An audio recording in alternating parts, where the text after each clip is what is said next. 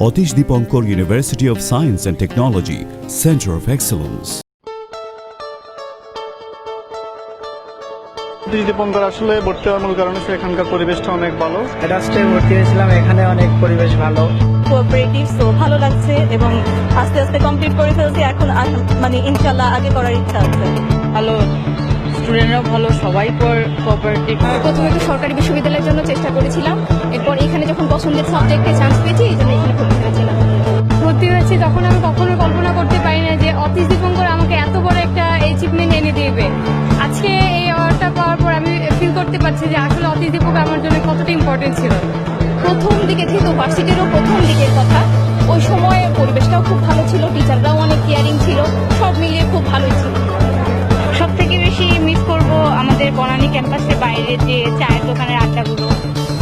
ক্যাম্পাসে মেইনলি আমরা ডিপার্টমেন্টে আড্ডা দিতাম, ডিপার্টমেন্টের সামনে চায়ের দোকান ছিল, ওখানে ক্যান্টিনে, সব জায়গায় আড্ডা দেওয়া হতো। ক্যাম্পাসে আসলে বেসিক্যালি আমাদের আড্ডা ছিল চায়ের দোকানগুলোতে। চায়ের দোকানগুলোতে সবসময় আমাদের আড্ডা ছিল, এই সামনে আড্ডা ছিল। ক্যাম্পাসে আড্ডা আসলে খুব বেশি দেওয়া হতো না আমার, কারণ আমি খুব কম সময় পেতাম।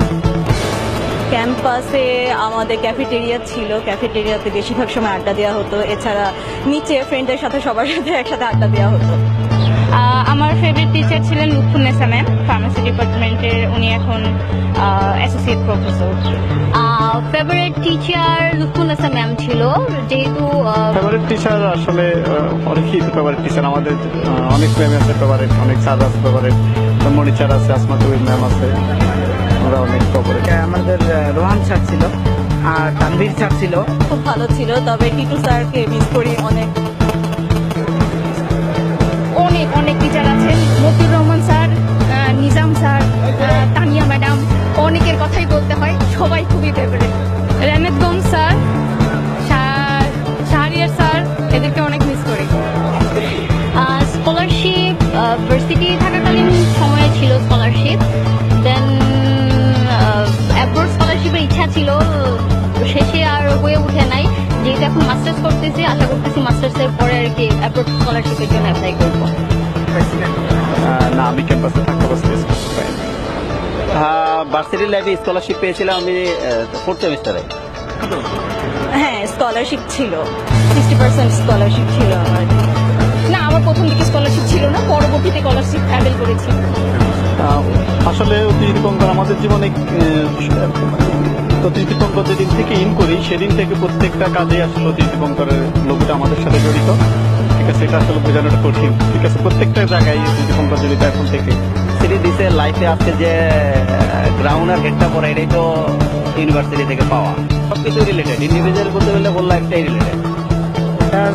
আমাদের একাডেমিতে দিয়েছে, আজকের দিনটা উপহার দিয়েছে, তারপরে আমাদের হলো মানুষের সাথে মেশার অনেক স্মৃতি, অনেক অভিজ্ঞতা, আমাকে একটা গ্র্যাজুয়েশন ডিগ্রি দিয়েছে, অনেক ভালো ভালো বন্ধু দিয়েছে এবং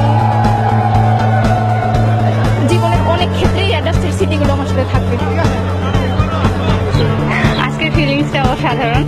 আজকের ফিলিংস অ্যাকচুয়ালি ওয়াও।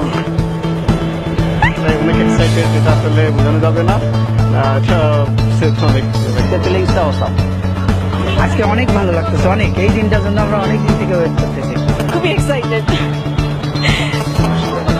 অন্যরকম বলা যাবে না, এটার জন্য আমি দীর্ঘ সময় অপেক্ষা করেছি। অ্যাডাস্টের জন্য শুভকামনা থাকবে ভবিষ্যতে, যাতে তারা আরো আমার মতো আরো বিউটি চেয়ারম্যান প্রাপ্ত, নট অনলি ভিসি চেয়ারম্যান প্রাপ্ত, অ্যাওয়ার্ড প্রাপ্ত স্টুডেন্ট যাতে প্রতি বছর জন্ম দেয়।